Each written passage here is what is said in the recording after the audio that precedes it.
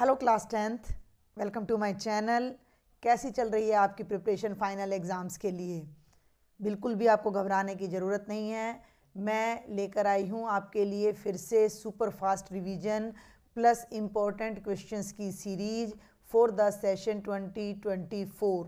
मेरी कोशिश होगी कि चैप्टर वाइज मैं आपको कुछ इंपॉर्टेंट क्वेश्चंस और पूरे चैप्टर की समरी एक लेक्चर में ही करवा सकूँ। ठीक है, तो सबसे पहले हम स्टार्ट करने जा रहे हैं चैप्टर नंबर 1 रियल नंबर से, वास्तविक संख्याओं से। दोनों मीडियम को कवर करने की कोशिश करूंगी, स्टैंडर्ड और बेसिक को साथ लेकर चलने की कोशिश करूंगी। बाकी तो सारी आप ही की मेहनत है। वैसे मैं ये क्लियर कर दूं कि बोर्ड ने आपके 4 प्रैक्टिस पेपर डाले जिनका सॉल्यूशन चैनल पर अवेलेबल है। एक सैम्पल पेपर डाला है और 2 प्री बोर्ड मैं सॉल्व करवा चुकी हूँ। ठीक है, तो 4 और 1 5 और 2 7, ये 7 पेपर्स अगर आप दिल से सॉल्व कर लेते हैं तो फिर आपको किसी और रिवीजन की ज़रूरत ही नहीं है। गारंटेड आपके कंप्लीट मार्क्स आ जाएंगे।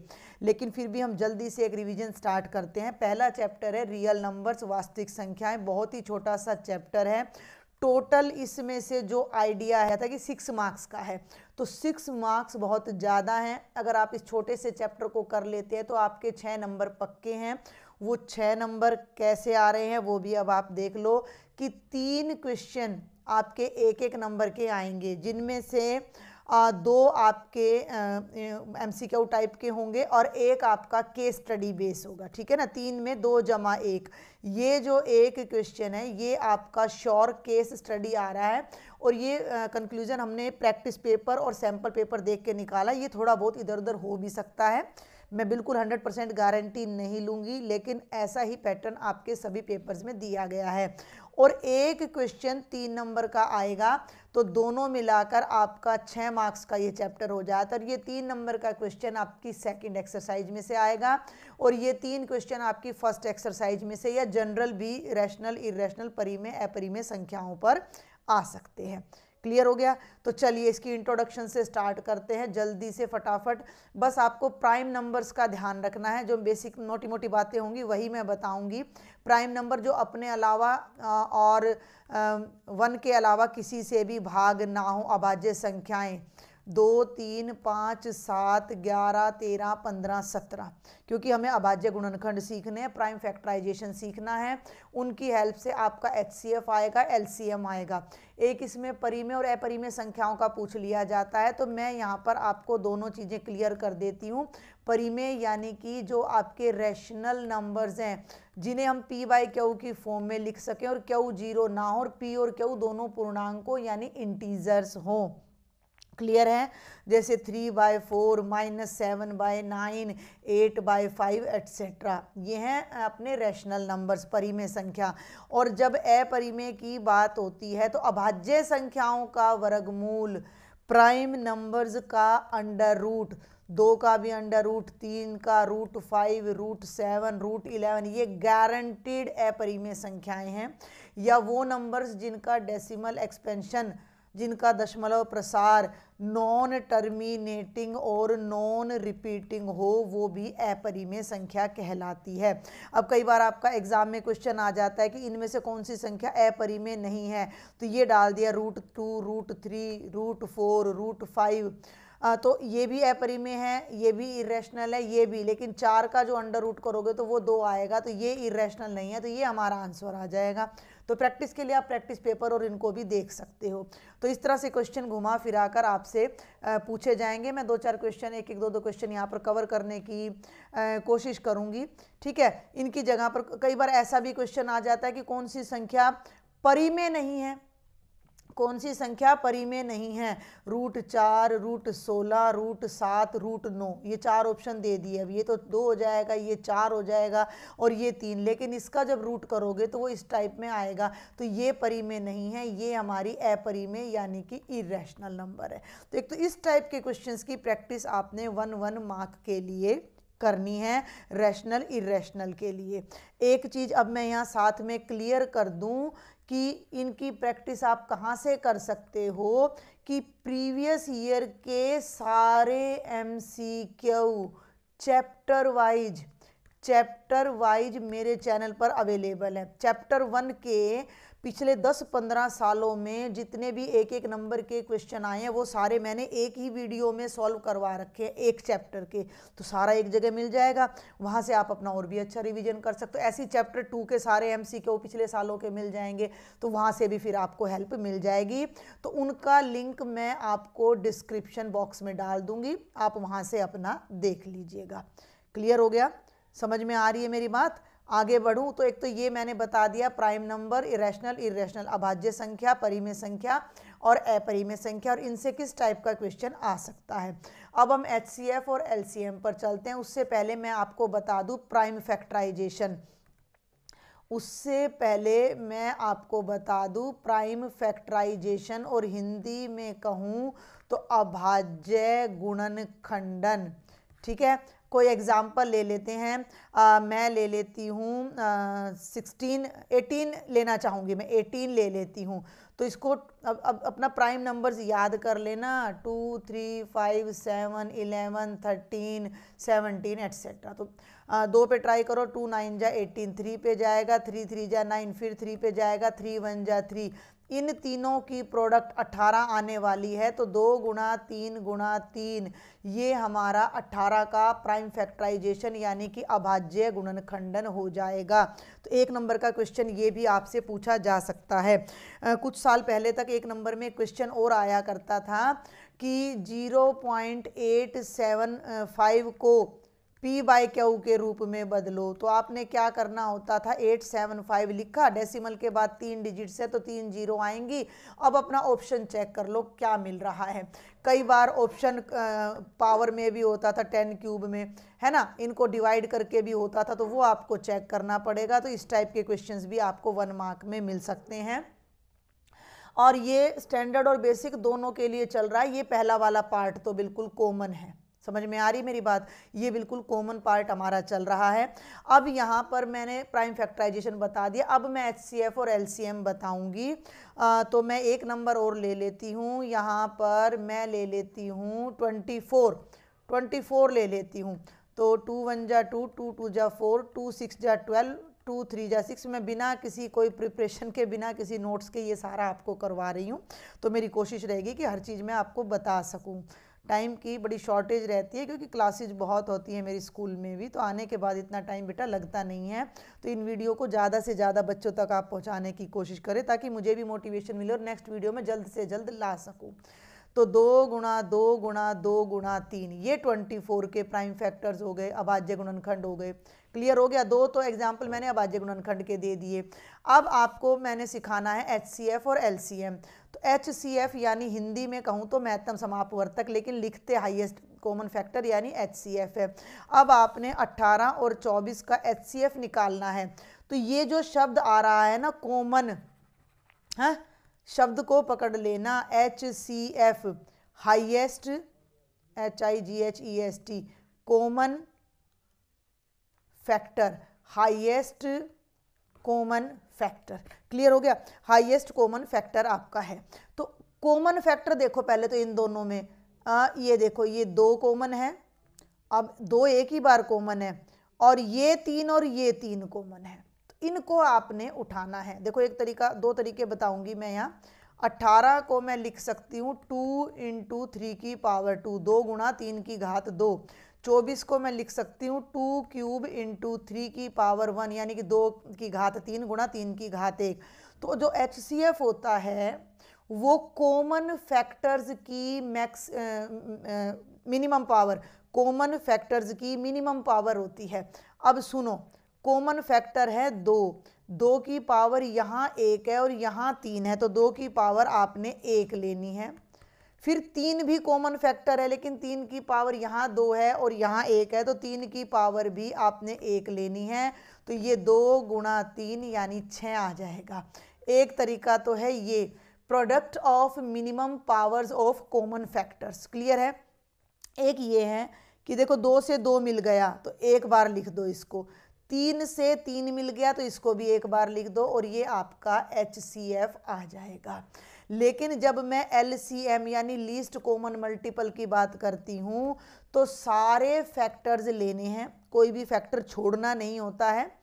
कोई फैक्टर मान लो 2 और 3 के अलावा होता तो उसको भी लेते, और हर फैक्टर की हाईएस्ट पावर लेनी है।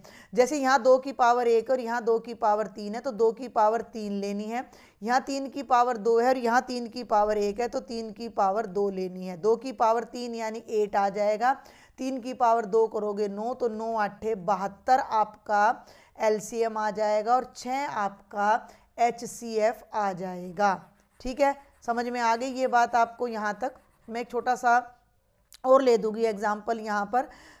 जितने भी फैक्टर्स हैं उनको मैक्सिमम टाइम्स लेना है। 2 ले लिया जैसे आपने तो 2, अब मेरी बात सुनो एक बार दोबारा लिख रही हूँ मैं। 18 का मतलब है 2 गुणा 3 गुणा 3। कई बच्चों को पावर से समझ में नहीं आता, तो 2 इसमें 1 बार है और इसमें 3 बार, तो 2 को 3 बार लेना है LCM में। 3 इसमें 2 बार है, इसमें 2 बार है और इसमें 1 बार, तो 3 को 2 बार लेना है। अगर कोई और फैक्टर होता, मान लो मैं 120 ले लेती, तो 120 के, सुन लो मेरी बात, फैक्टर होते गुणा में 5। अब मैं 18 और 120 का LCM और HCF निकालूं, ध्यान देना मेरी बात पर। कोई भी डाउट हो तो आप मुझे कमेंट बॉक्स में लिखना, ठीक है। टेलीग्राम पे ग्रुप है आपका, सभी क्लासेस का कॉमन है, तो वहाँ आप मुझसे पर्सनली भी कांटेक्ट कर सकते हो। तो जब मैं 18 का और 120 का HCF लूँगी तो मैं लूँगी कॉमन फैक्टर्स। तो कॉमन फैक्टर अपना 2 है ना, तो 2 से 2 मिलेगा और 1 ही बार मिल रहा है। यहाँ देख लो 2 × 3 की पावर 2 है, ये 2 की पावर 3 है, 3 की पावर 1 है और 5 की पावर 1 है। कॉमन फैक्टर 2 है, उसकी मिनिमम पावर। फिर कॉमन फैक्टर 3 है, उसकी मिनिमम पावर तो 6 ही आएगा। लेकिन जब मैं LCM की बात करती हूँ तो सारे फैक्टर लेने हैं। 2 लेना है, उसमें 1 बार है, 3 बार है तो 2 को 3 बार लेंगे। 3 ऊपर 2 बार है, नीचे 1 बार है तो 3 को 2 बार लेंगे और 5 को भी लेंगे, 5 को नहीं छोड़ेंगे, तो 5 को भी लेंगे। 5 एक ही बार आ रहा है तो 5 आ जाएगा। तो ये हो गया 2 दूनी 4 दूनी 8, 3 3 जा 9 × 5 5 8 40 और 9 चौक 36, 360 आपका LCM आ जाएगा।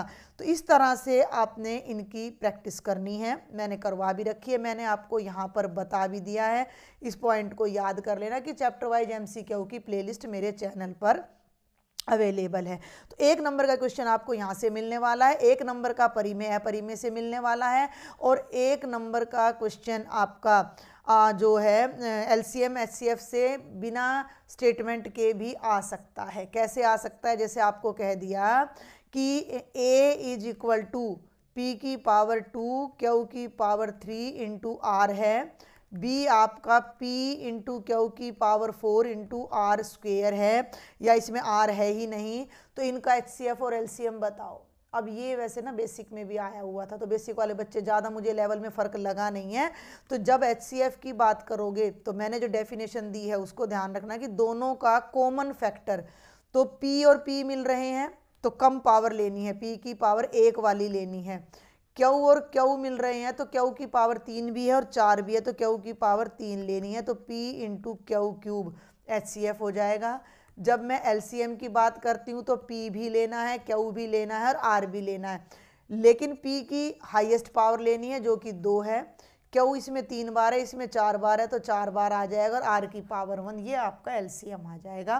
तो एक इस टाइप का क्वेश्चन आपसे पूछा जा सकता है, क्योंकि ये आपके सैम्पल पेपर्स में भी ये क्वेश्चन आपका पूछा गया है। ठीक है, तो सैम्पल पेपर में आपका एक तो इस टाइप का क्वेश्चन पूछा गया, मैंने A और B इधर लिख दिया है, P Q इधर लिख दिया। P Q जनरली प्राइम के लिए होता है, और वर्गमूल 2 वर्गमूल 3 वगैरह का क्वेश्चन पूछ लेंगे, कौन सा परिमेय है परिमेय नहीं है, और एक LCM HCF या इस तरह का आपसे पूछा जा सकता है। क्लियर हो गया? तो ये फर्स्ट एक्सरसाइज में से ये 3 टाइप के क्वेश्चन 1-1 नंबर में आपसे पूछे जाएंगे। इसमें अभी मुझे नहीं लगता ऐसा कुछ और है जो मैं नहीं बता पा रही हूँ, मुझे कुछ याद आता है तो मैं फिर बताती हूँ। और अब जो दूसरी एक्सरसाइज, हाँ, इसमें फंडामेंटल थ्योरम ऑफ अर्थमेटिक है, जो कि आपसे बिल्कुल कोई थ्योरम वगैरह नहीं पूछी जाएगी।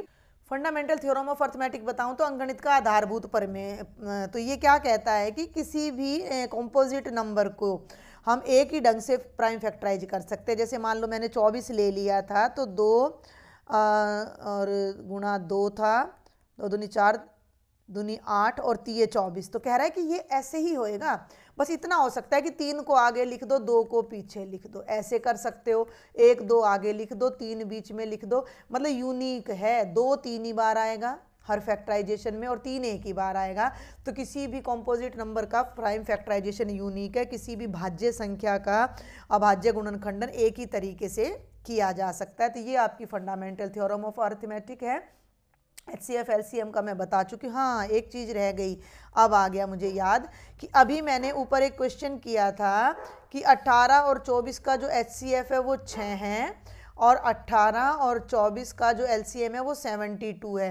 अब आपने क्या करना है कि इन दोनों को मल्टीप्लाई करना है ना। 72 और 6 की मल्टीप्लीकेशन करो, 6 दूनी 12, 6 7 42 और 1 43, और 18 और 24 की भी करो, 18 चौकी 72, 7 18 दूनी 36 और 7 43, दोनों बराबर आ रहे हैं। यानी कि दो नंबर्स की प्रोडक्ट और उनके LCM और HCF की प्रोडक्ट इक्वल होती है।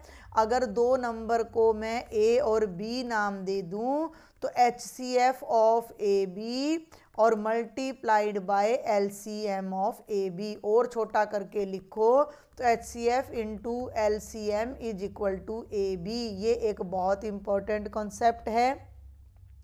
अब LCM को राइट देखो, थोड़ा ऐसे लिख लो, HCF गुणा LCM बराबर है AB, तो भी वही बात है, HCF को यहीं रखो, AB के बटे में LCM ले जाओ। दो नंबर दे रखे हैं और उनका LCM दे रखा है, तो दोनों नंबर की, मान लो 18 और 24 ही दे रखा था और LCM 6 दे रखा था, तो 6 थी 18, 24 थी 72, HCF दे रखा था, LCM आ जाएगा, LCM दे रखा है, HCF आ जाएगा, HCF LCM दोनों दे रखे हैं और एक नंबर दे रखा है, तो HCF और LCM की गुणा को A से डिवाइड कर दोगे तो B आ जाएगा, और B से डिवाइड कर दोगे तो A आ जाएगा। तो एक ये भी बहुत इंपॉर्टेंट रिजल्ट है जिस पर आपका 1 मार्क का क्वेश्चन पूछा जा सकता है।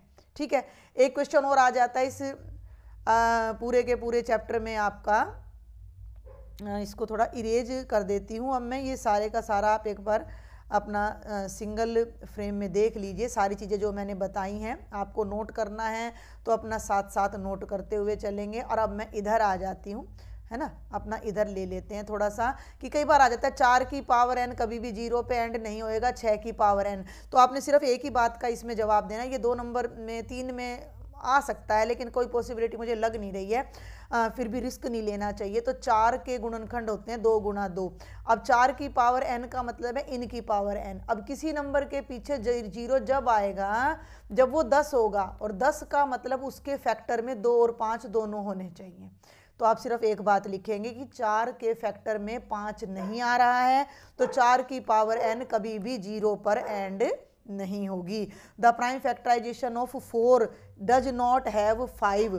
4 का जो प्राइम फैक्टराइजेशन है दैट डज नॉट हैव 5, तो वो कभी भी 0 पे एंड नहीं होगा, और ऐसा ही कुछ हमारा 6 पर आ जाएगा। क्लियर है?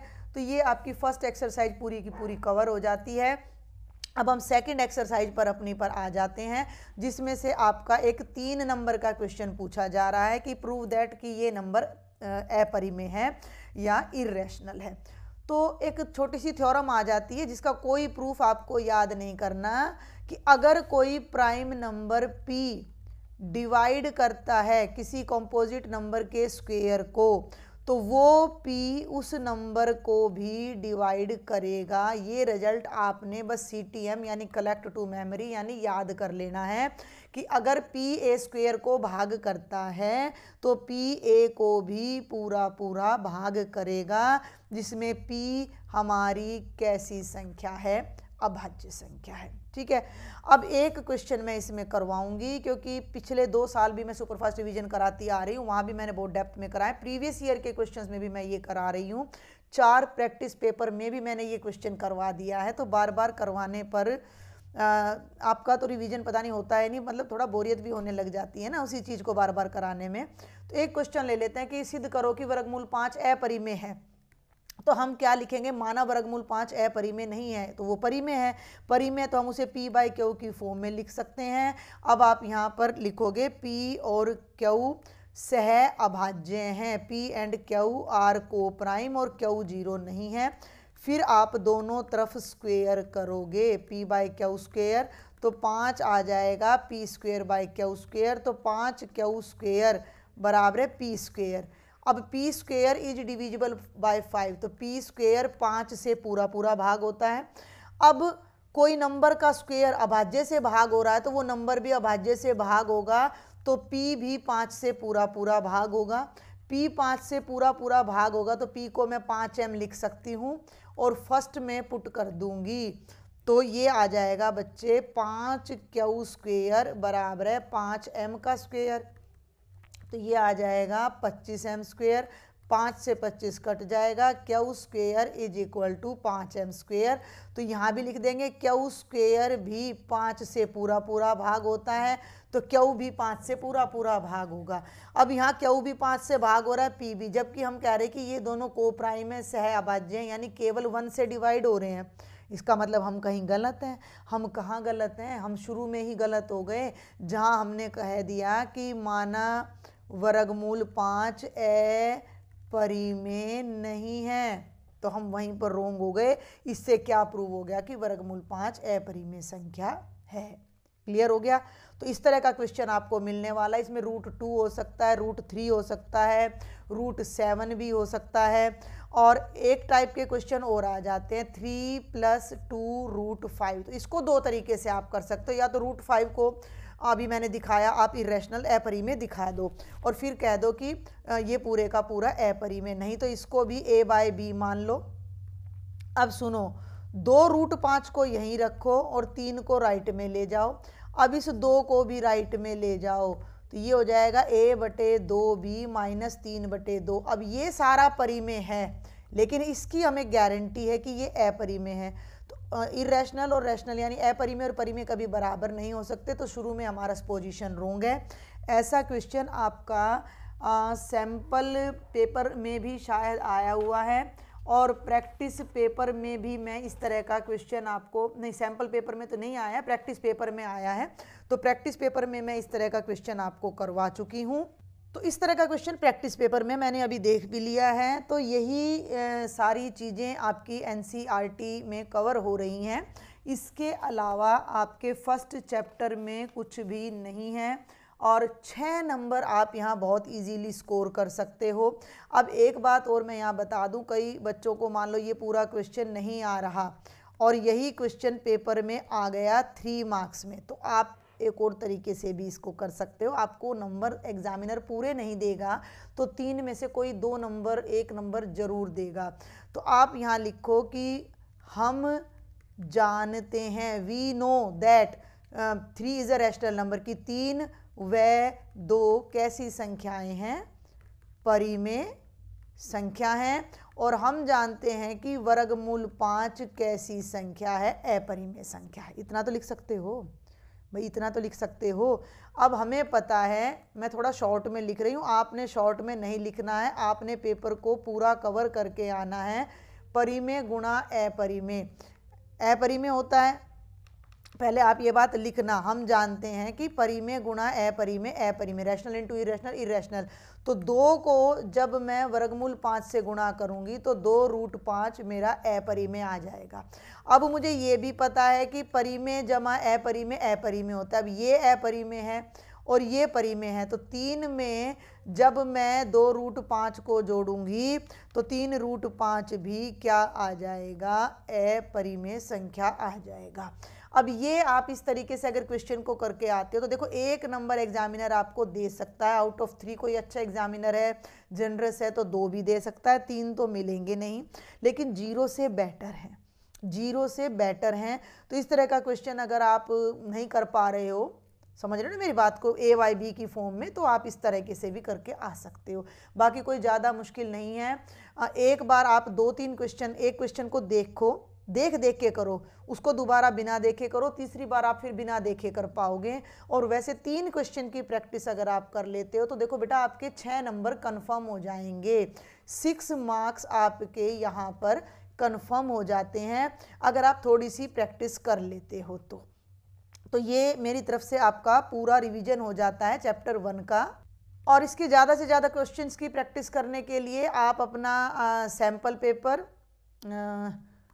आप अपना देखो ये सारा पूरा चैप्टर आपका एक ही फ्रेम में देखो ये आ गया है, वैसे तो पूरे का पूरा रिवीजन आपका देखो एक ही फ्रेम में पहले ये कर दिया है मैंने। आप वीडियो को थोड़ा सा जूम इन जूम आउट करके अपना आराम से देख सकते हो। ये पूरी मोटी मोटी मेन बातें मैंने आपको बताई हैं।